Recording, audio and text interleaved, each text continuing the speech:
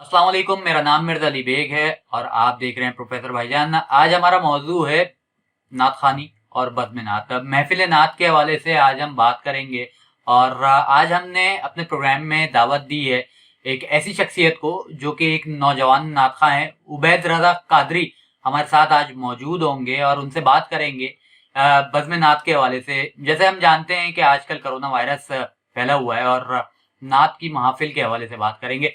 उबैद, सबसे पहले तो अस्सलाम वालेकुम।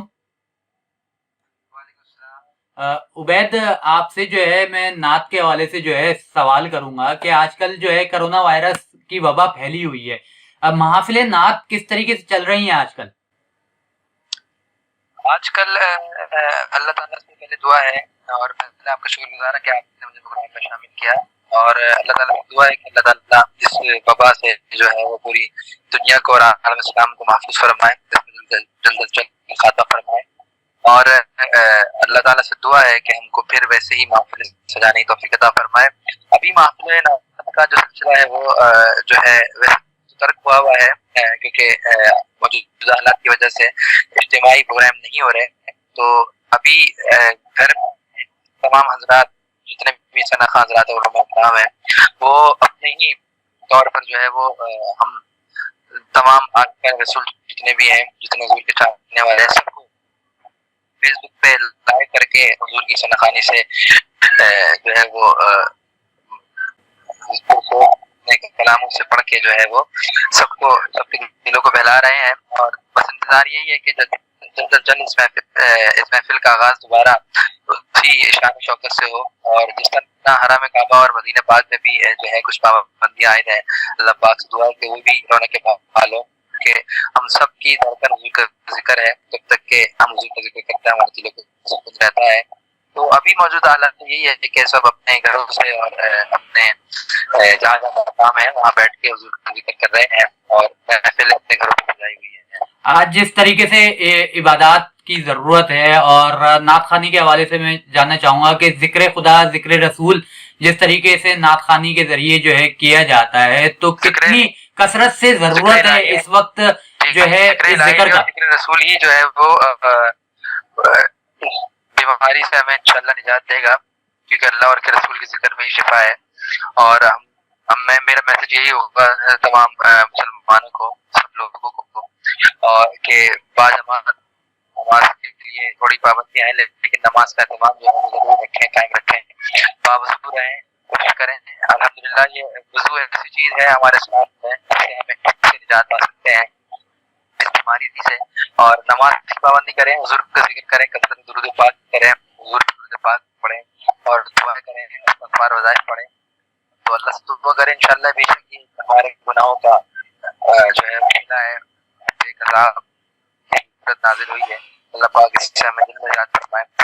मजीद में उबैद यहाँ पर जो है आपके वाले से और ये नॉन मुस्लिम्स को, काफिरों को भी दावत फिक्र है कि देखें अल्लाह पाक जब अज़ाब देता है तो इसका देता है, उनके लिए दावत फिक्र है कि वो इससे अपने कुफ्र से बेदार होकर अल्लाह के दीन में, इस्लाम में शामिल हो जाए। मजीद जानना चाहूंगा कि आपका जो नात खानी का भी जो सिलसिला है, महफिल तो रुका हुआ है, मगर आपकी नातें अगर और महफिल मिलाद जो है आपको सुनना चाहें तो कहाँ पर सुन सकते हैं?